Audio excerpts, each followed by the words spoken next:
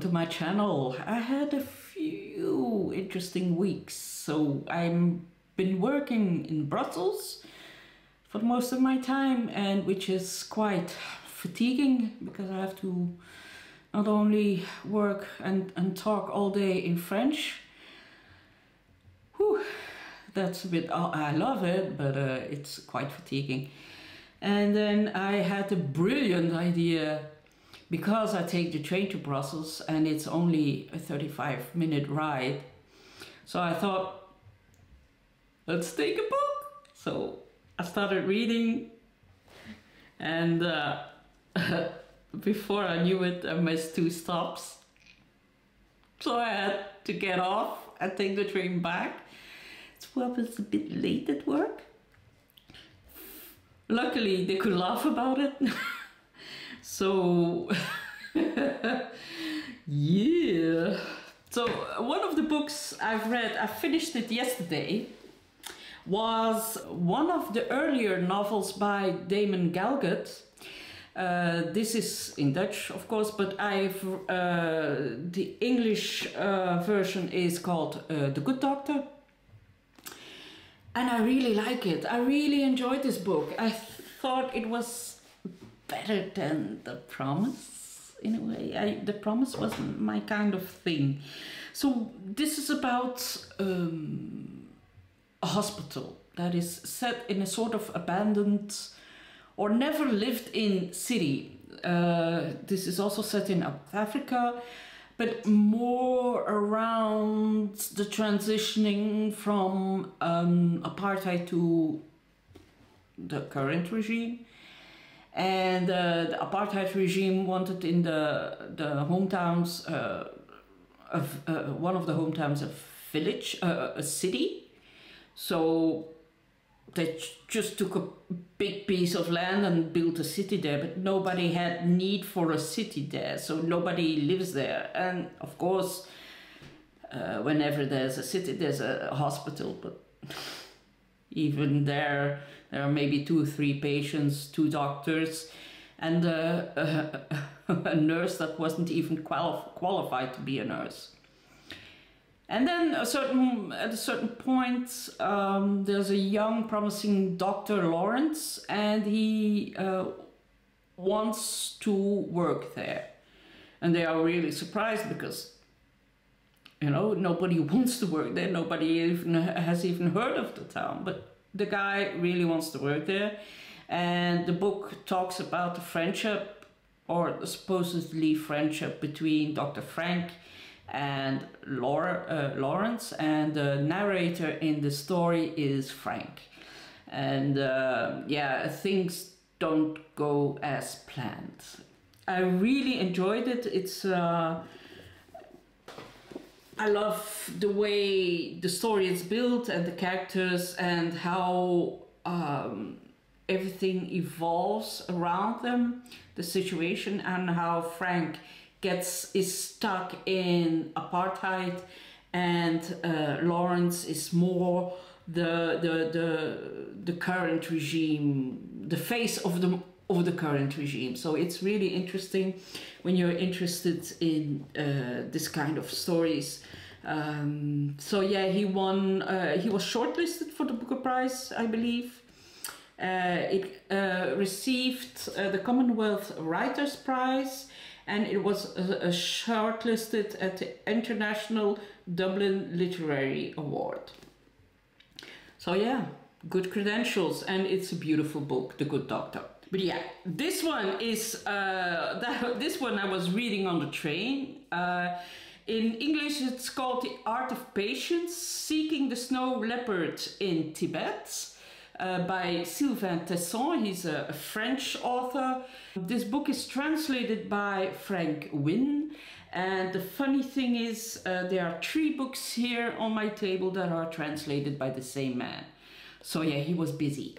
This one, The Art of Patience, is where Sylvain Tesson follows a photographer, a nature photographer, who really wants to capture the snow leopard in Tibet, of course.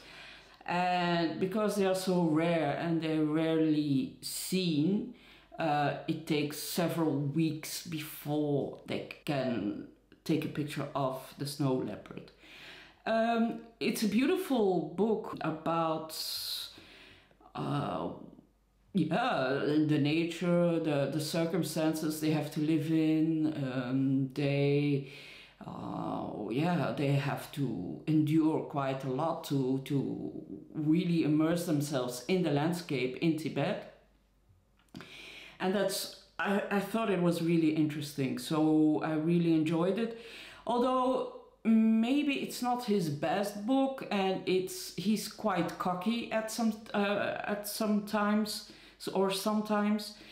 but it didn't bother me too much this time. So I really was more interested in the snow leopard than in Silvina himself.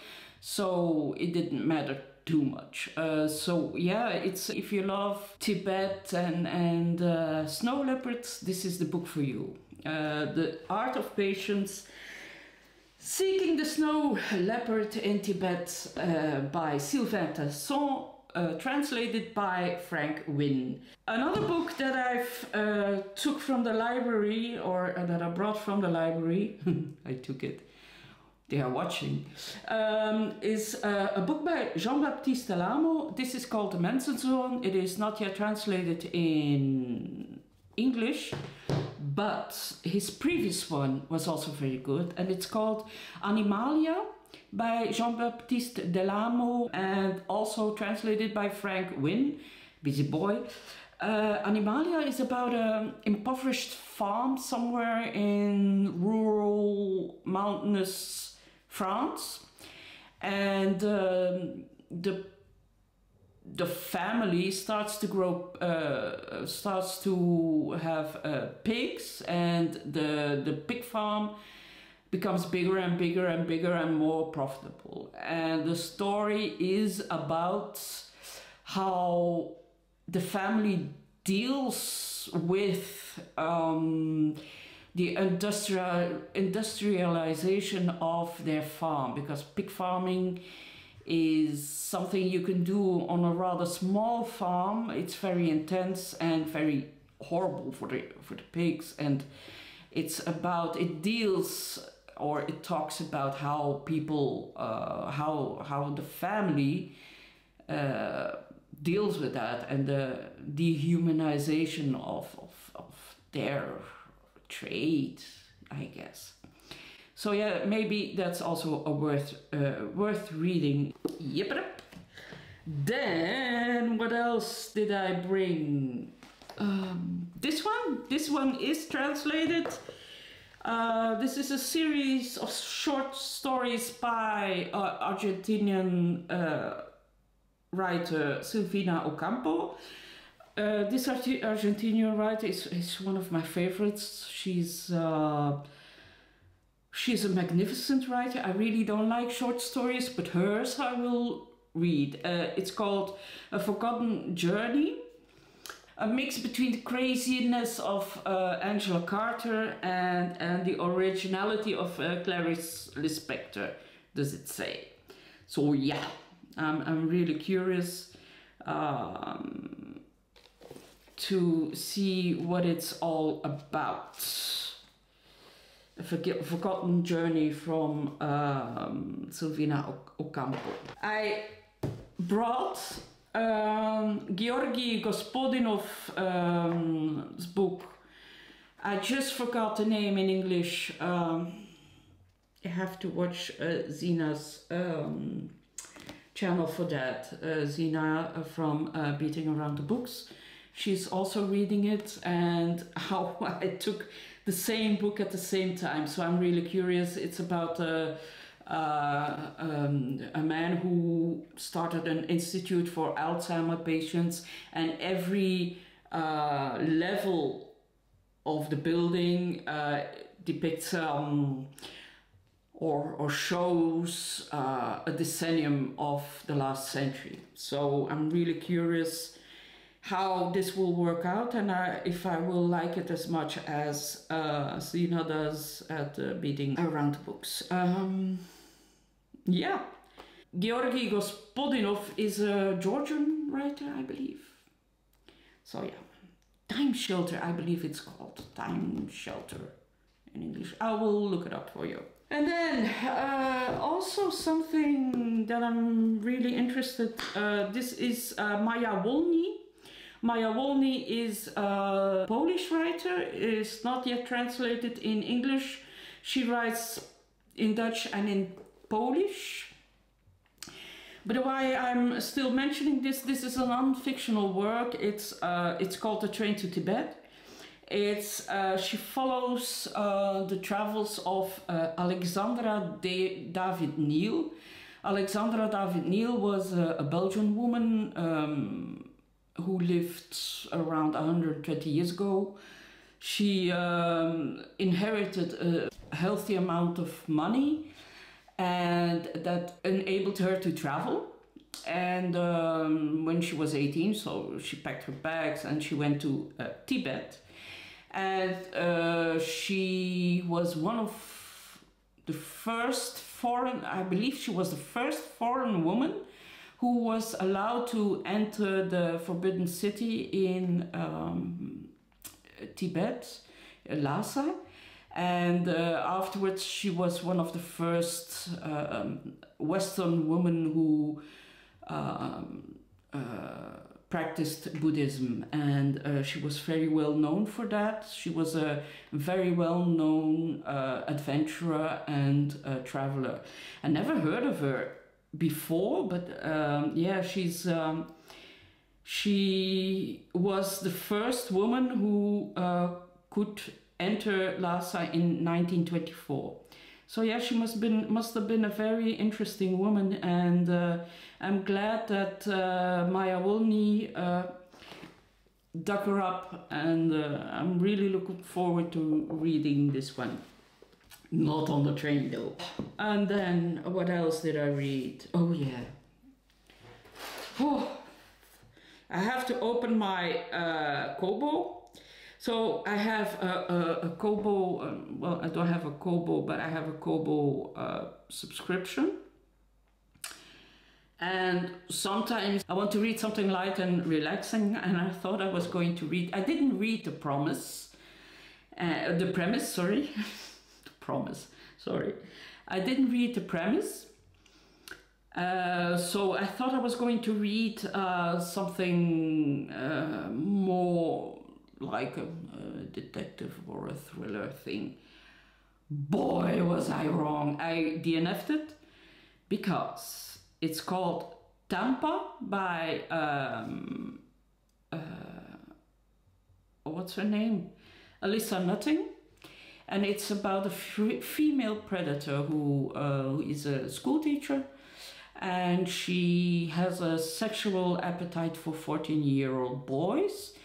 And this is how she entraps them, how she lures him into her claws, and it's extremely explicit when it comes to the sexual content. I was shocked. This is so much different than she tries to be a female Lolita, but I think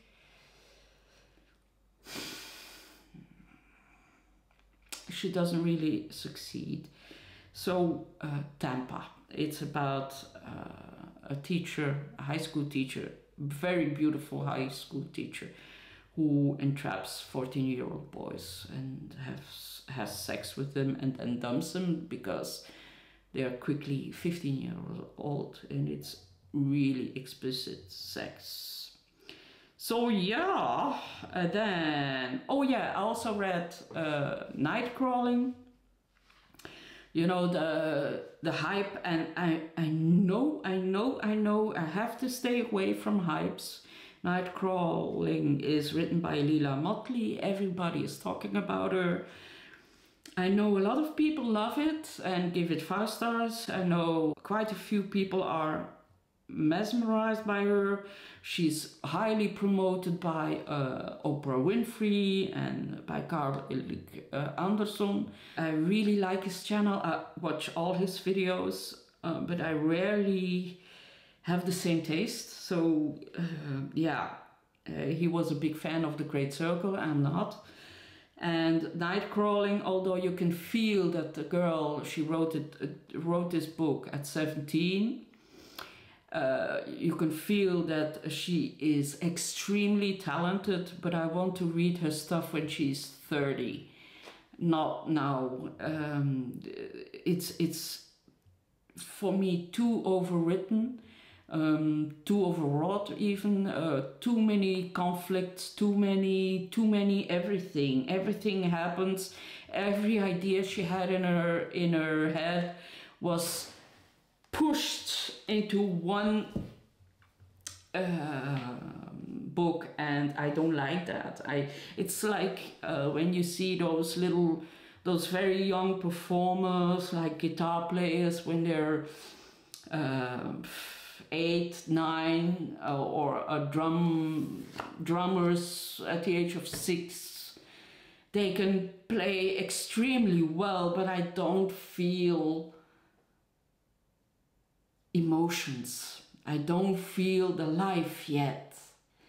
And maybe Leila has endured a lot in her life, because I know people that are 16 years old and they've already been through a lot more than I will ever go through for the rest of my life, or in my whole life. But yeah, no. The girl is very talented, and I wish her the very best, but I DNF this one. This is not a book for me. Enjoy it. I really want to. I mean, I don't want to. The problem is also when you start out young, it's rarely that you have a very long career. It's often that they, fall into sort of, we call it a black hole, where you know, when you're 21 and you've reached already everything. That's not healthy. It's like kids that have all the toys in the world. They're not happy. They're not happy. And although I understand that people like Oprah really want to push this girl and her career, but it's I prefer a moderate start and a promising start, and especially at this young age. So yeah. That's about it. I'm now currently reading a book that is in translation, probably is translated already, that will come out in December of this year. It's by French author Pierre Lemaitre. It's in English, it will be called The Great Snake, also translated by Fran Wynne. That's the third book already today, and this is about a woman who was, this is set in 1985. This is a woman who is a serial killer. Well, not a serial killer, but a hit woman. And when she was 18, she was in the French Resistance, and she was one of the best. And now she still is living the life, but as a hired killer. And but it's messing up her mind, and she becomes more and more erratic and dangerous. And I'm really curious how this will work out when I finish the book. I think I'm at by page 50. Next week, I think I will have a lot more to say, because I'm meeting somebody I really look up to, and I really like and is loved by a lot of people. So yeah, I'm curious to see how that goes. Talk to you later. Bye bye.